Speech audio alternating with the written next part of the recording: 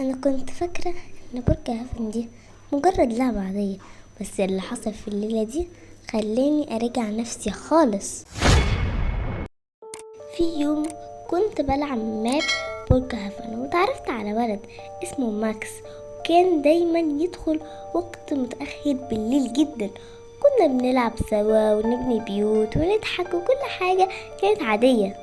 في يوم قررنا نبني بيوت عادي يعني، وانا ببني لقيته كاتبلي في الشات حاجة غريبة قوي: ما تروحيش الغابة بعد الساعة 3. انا ضحكت وقلت ليه يعني، دي مجرد لعبة. قال لي اللعبة بتتغير بعد نص الليل. وفجأة خرج من اللعبة وافتكرت ان النت فصل عليه، بس من اليوم ده ما دخلش اللعبة تاني. قلت ابحث عنه وعلى حسابه لقيت المكتوب الحساب اتقفل. بعدها قررت ادخل اللعبة الساعة 3 بالليل.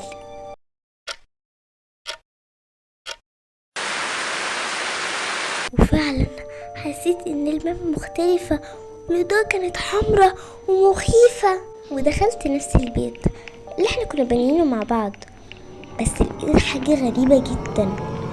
لقيت اسمي مكتوب على الحيطة بس بالدم.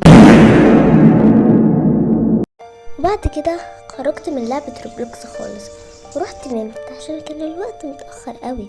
وانا نايمة سمعت صوت خطوات من ورايا، رحت لفيت لقيت حد لابس اسود في اسود في اسود وقال يقول ماكس ماكس ماكس ماكس ماكس ماكس. بعد كده صرخت. بابا وماما قاعد مصحي، روح نايمني جنبهم عشان ما خافش. قالوا لي ما تخافيش. يومها اما بدخل برج هافن بيطلع لي اشعار اللي ماكس بيراقبك. لحد النهارده مش عارفه الحصل ده كان حقيقه ولا مجرد غلطه في اللعبه، بس كل مره بدخل فيها برج هافن بحس ان في حد بيراقبني. دي القصة الحقيقية اللي حصلت لي في برج هافن.